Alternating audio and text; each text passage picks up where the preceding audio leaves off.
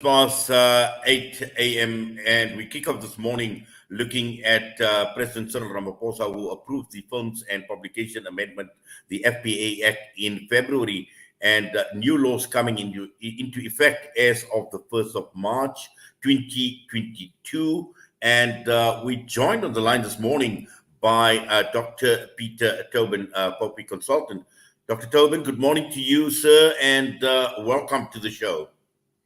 Good morning, Nayat, and please let's keep it informal. By all means, call me Peter, and it's good to be with you again. We've had a couple of sessions, I know, over the last 12 months or so. Previously, we've been talking about legislation to do with protection of personal information, but today we're going another step further. New legislation, the Films and Publications Amendment Act. That's what I'd like to talk to you about. Yes. Now, obviously, the amendment has the potential to transform films and publications, completely. And just looking at the need for this amendment and these changes that have come into effect, and let's just try and understand the government, the thinking behind this act, Peter. Well, I think we're dealing with a global issue. It's quite clear that there are a number of aspects of the way all of us use the internet, whether it's on social media platforms, promoting our organizations and so on, where we need to prove that we're being responsible, we're complying with the Constitution here in South Africa, and that of course applies in other countries around the world. But that's not so easy to do if you don't have the tools of enforcement. And this Films and Publications Amendment Act goes much further than we've seen previously, going back to the establishment of the Film and Publication Board, which arose out of the original act from 1996. There've been a couple of minor amendments since, but this is the big one. This is a game changer because now we have teeth, I think, to the legislation. We have a regulator who has enforcement powers, and it's a wake-up call for us as individuals and for organizations to understand their responsibilities, what they need to do. Yes, I think, as you mentioned, a game changer, because what we have learned now is now we don't have just a classification authority. We've got a fully fledged regulator at this point in time that has enforcement powers, Peter.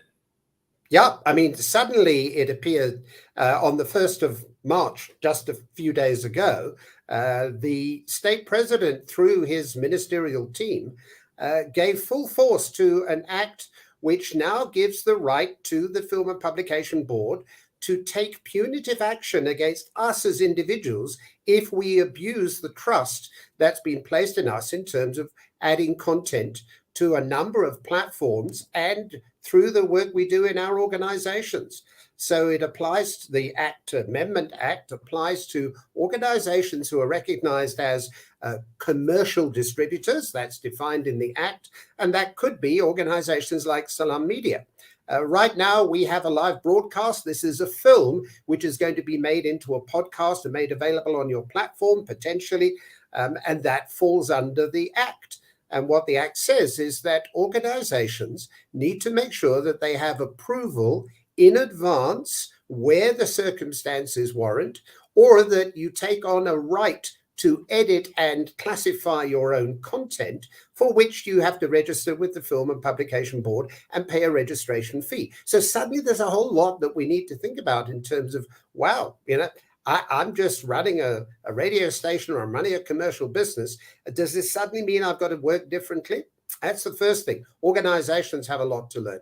Second thing is, if I, as an individual, as a private person, post material to the internet, onto a variety of social media platforms, and we know that the youngsters prefer TikTok and Instagram. Some of the old folks may be using Facebook and other platforms. It includes WhatsApp, whatever communication channel. And I say something which is under the prohibited list, which is quite lengthy and includes incitement to war or violence, any hatred, attacking any particular group based on group characteristics, or if I'm involved in any unsavory, we could call it that, sexual content, particularly involved in children. As a private individual, you have a right to complain about me to the Film and Publication Board, and that institution can take action against me as a private individual for breaking the law. So that applies to every single one of the people who are following this conversation this morning. Yeah. Yes, Peter, just looking at where we are in South Africa, because this is a global problem in terms of potentially harmful content that people are exposed to. And at the same time, looking, you mentioned children as well. And all of us are so deeply entrenched when it comes to the digital world.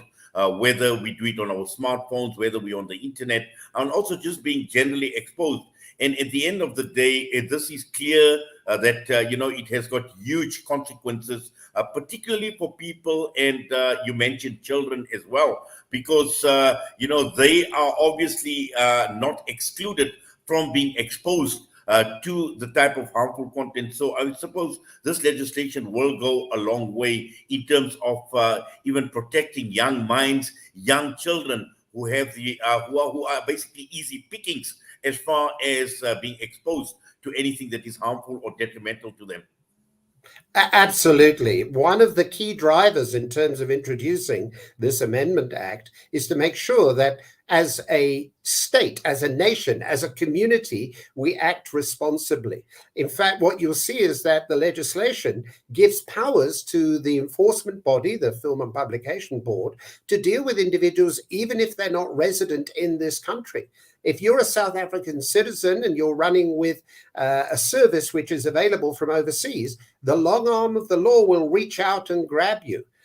We're expecting to see a lot more international collaboration as well to try and stamp out unsavory content, illegal content, prohibited content on a number of platforms. Now, let's be honest, there are lots of actions already taken by, as we know today, they're called Meta, which includes Facebook and Instagram and WhatsApp. The Meta group are the ultimate owners of that. They're trying as best they can. They have controls in place. But it's not them only that we need to worry about. There are lots of other platforms, lots of other ways that, as you say, young minds can be adversely affected. So, of course, we want to have parental guidance. Of course, there are lots of tools, technical tools that can be used to try and help to protect our young people. But I think this step we have now, the Amendment Act to the Film and Publications Board role and responsibilities, is a great step forward. However, there is, of course, the concern that some of the way in which the Act might be implemented might be detrimental. And as you suggested in the introduction, an internet censorship step might be a step too far. And I think we're going to see some challenges to this Act through all the way, I suspect, all the way to the Constitutional Court to say, is this in fact an infringement of my right of expression? So we need to be very careful that giving powers of enforcement to the Film and Publication Board does not result in views which would otherwise be seen to be legitimate, being quashed, being silenced. Now, the key issue here is to find a balance, Peter, because, on the one hand, I know you speak about freedom of expression, and at the same time, we know what this amendment seeks to regulate in terms of things like hate speech and all sorts of other things that obviously one can abuse the internet for, and also other social media platforms. But the key issue here is to find a balance, and also as far as enforcement is concerned, finding some sort of balance even when it comes to enforcement, because now that we know that they've got these powers, these sweeping powers to obviously regulate and take action where necessary. Yeah, look, the new Amendment Act, and I keep calling it the Amendment Act because the original Films and Publications Act came out in the mid-90s. The Film Publication Board was set up as a result of that act, which came into force in 98. So this is something that we've been dealing with for a long time. But back then, the internet was in its infancy. These social media platforms we have, and certainly the mobile devices that we all have access to today, just didn't exist all those years ago. Today, we live in a different world. Now, the other thing to remember is that we have for some time had the Human Rights Commission, who've played a role in ensuring that hate speech and other aspects of our civil society are appropriately managed. Where necessary, prosecutions have been undertaken. The other thing to remember is that as recently as late last year, the new Prevention and Combating of Hate Crimes and Hate Speech Bill, a little bit of a mouthful, that was out for comment as recently as last quarter last year. And that says that what we're looking at here in this, if I can call it the FPAA, Film Publication Amendment Act, is just one of the steps that government's taking to try and help to make South Africa a better society. Well, certainly, and obviously, we've seen over a period of time the abuse of social media, and I think last year was a classic example when we had all the looting and the anarchy that had taken place. Now, that is a classic example in terms of the serious consequences of abuse, online abuse, Peter. Yeah, look, I think to an extent we've seen a little bit of the panic button being pressed here because this vehicle, if you can call it that, legislative legal vehicle, film publications, seems in a way a little odd to help us to try and manage some of that civil unrest that we had last year. But quite frankly, it's the best thing we have at the moment, or the most appropriate way we have at the moment to try and address some of those issues. So if you look at the requirements under the Act, that prohibited content includes the incitement to violence.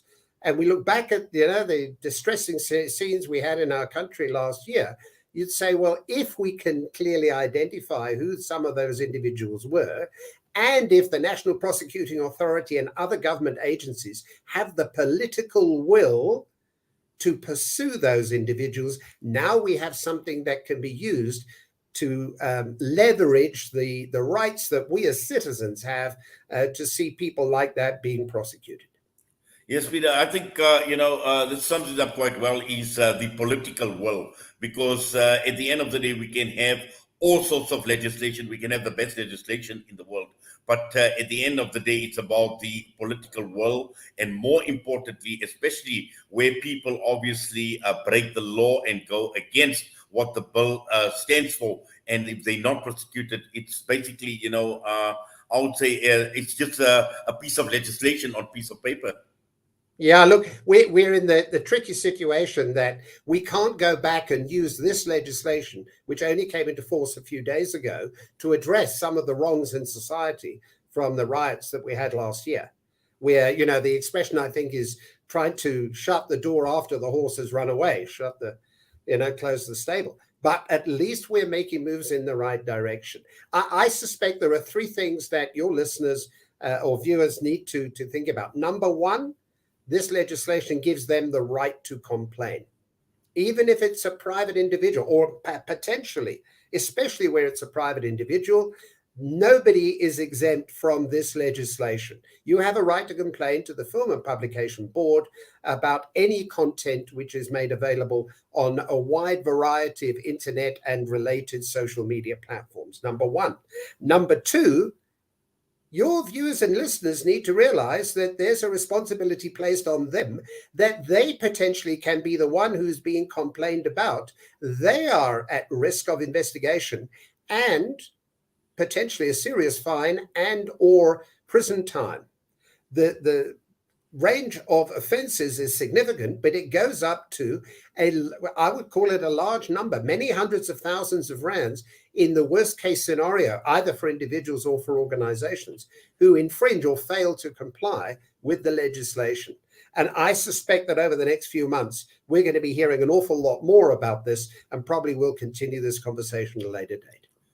Well, Peter, thank you very much, as always, for coming on, talking to us, and for your time. We wish you all the best.